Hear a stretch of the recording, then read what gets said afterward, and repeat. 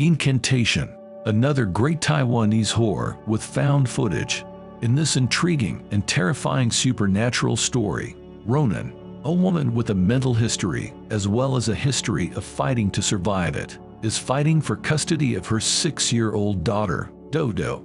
Ronan's problems began when she broke a taboo by filming her paranormal show Ghostbusters in a forbidden tunnel.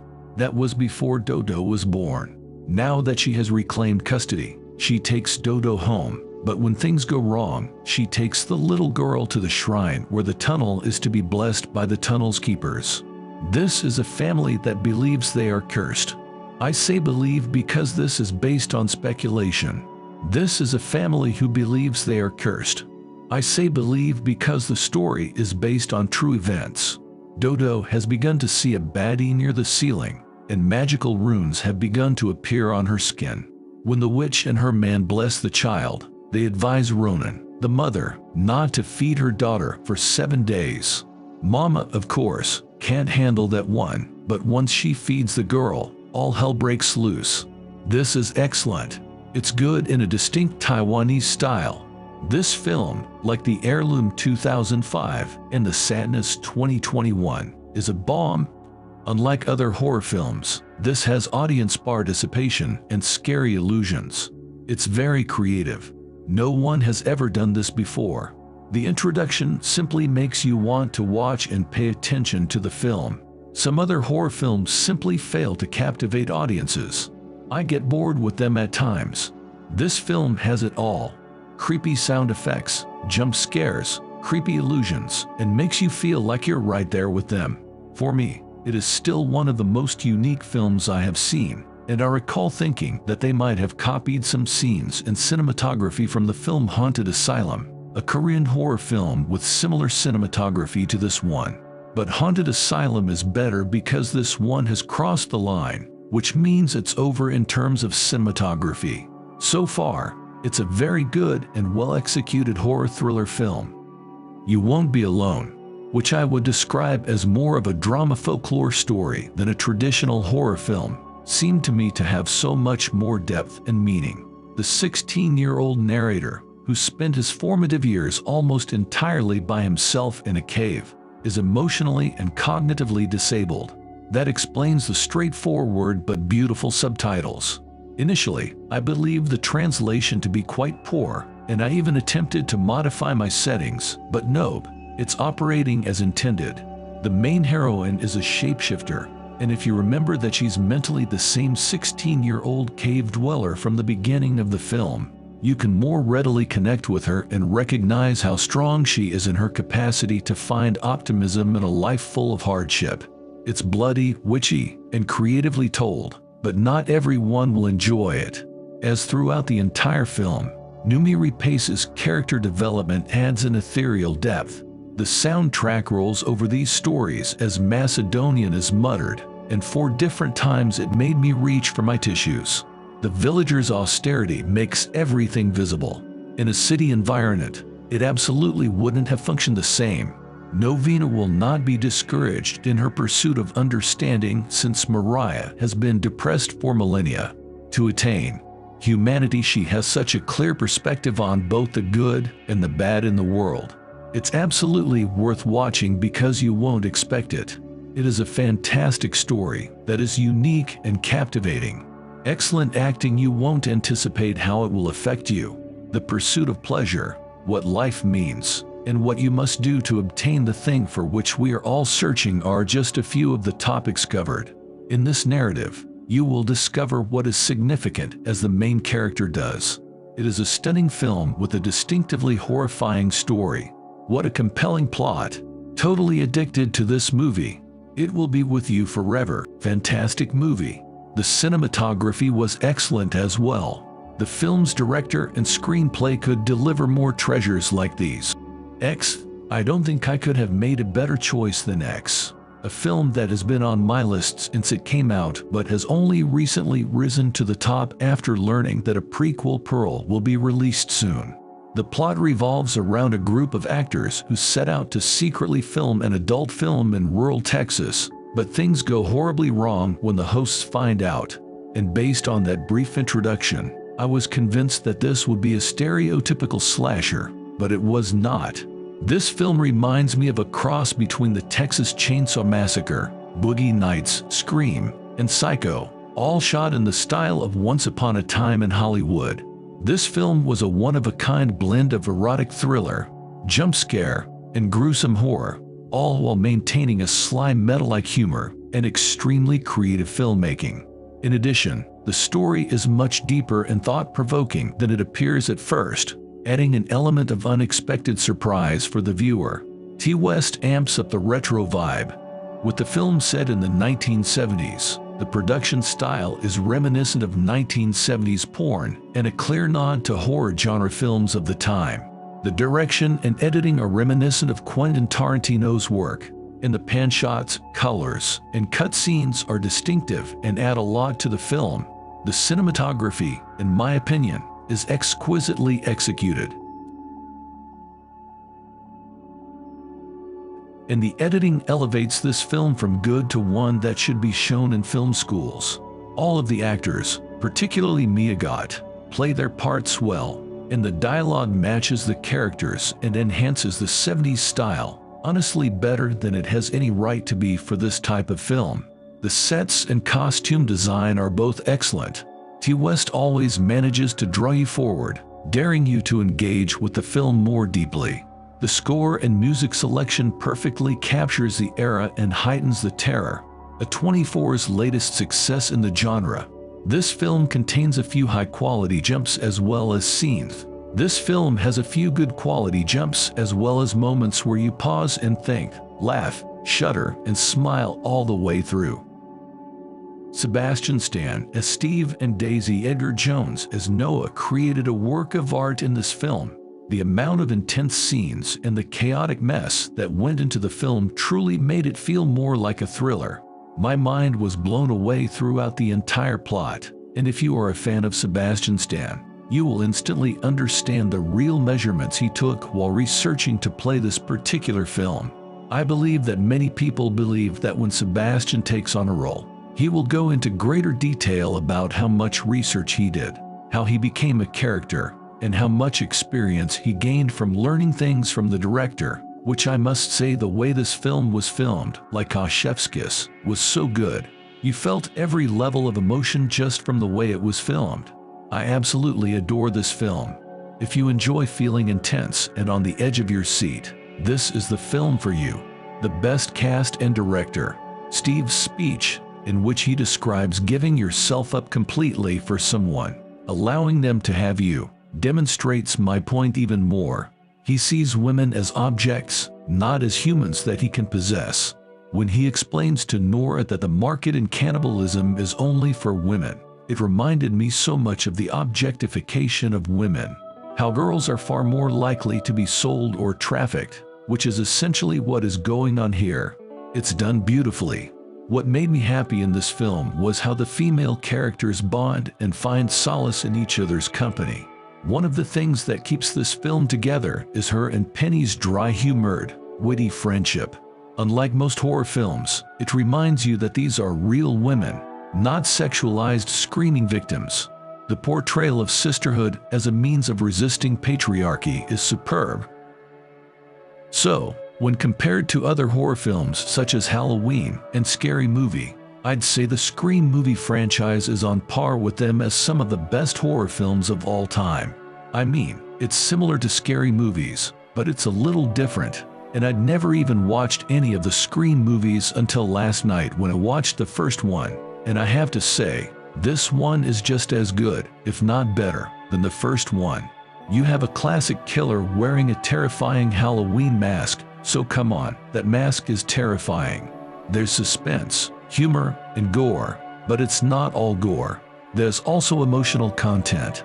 I definitely recommend this horror because it's just so suspenseful and gory and terrifying and jumpy, and I was alone when I watched it at the cinema, so that makes it even scarier, and I was watching it in 4X, which just adds so much more to the experience. Your seats moving around when you're trying to watch people escape a horrific murder. I mean, what's not to like? Prepare to jump out of your seat a few times because there are some really suspenseful, scary moments in this movie. I mean, even I jumped a couple of times because you just think the killer will be behind a door or something, and then he's not because he's behind you.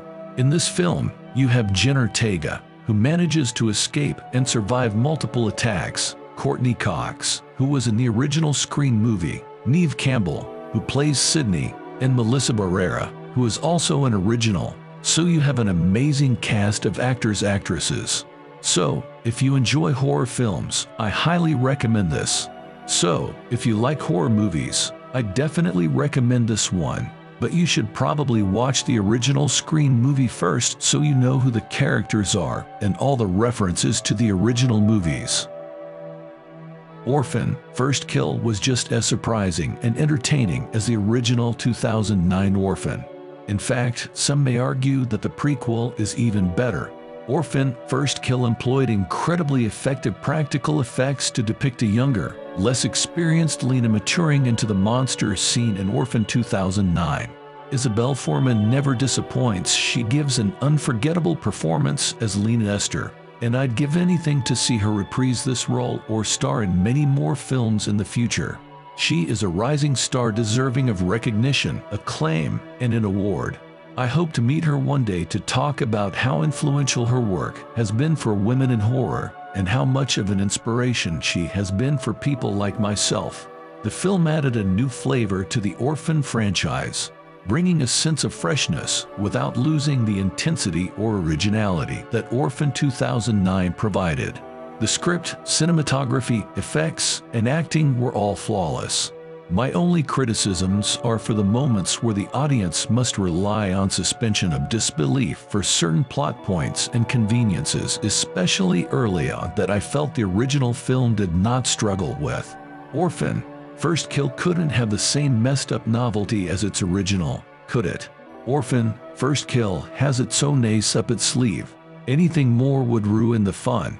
Its completely ridiculous new twist is equally as unexpected. I enjoyed the ending, especially when her teeth fell out and her husband's reaction. I also enjoyed the twist. I was not expecting that turn of events, and the comedy throughout the rest of the film was fantastic, making me laugh out loud for the first time. I liked how they made fun of Esther's appearance and short stature. This plot is brilliant. Overall, I went into Orphan: First Kill expecting a fun prequel to one of my favorite horror thrillers, and I left feeling giddy, proud, and eager to see more from the actors and the franchise. I recommend that all horror fans watch both Orphan 2009 and Orphan: First Kill.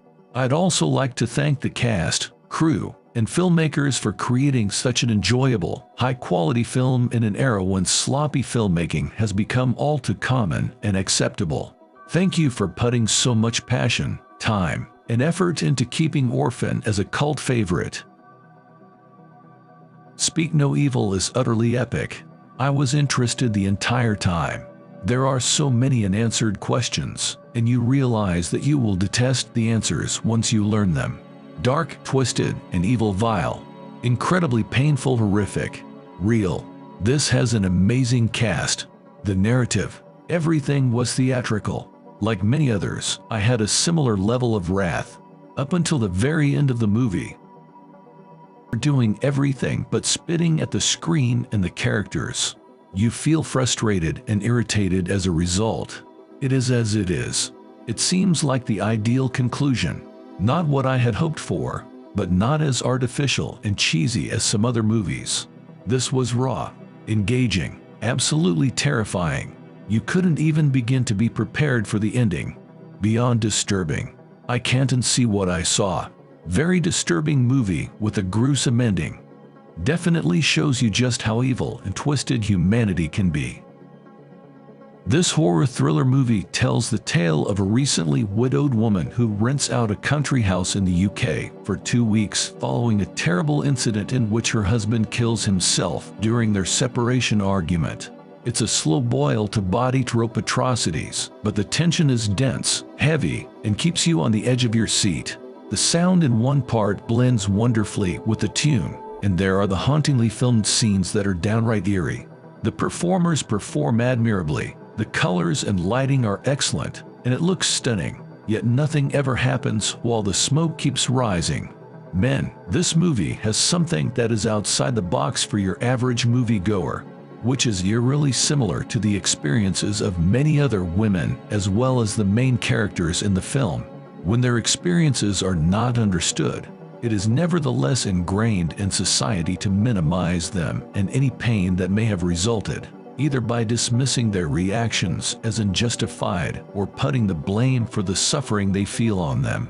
This movie is not your typical horror movie, and it doesn't spoon-feed you the plot. Regardless, the plot was great, and the cinematography was fabulous.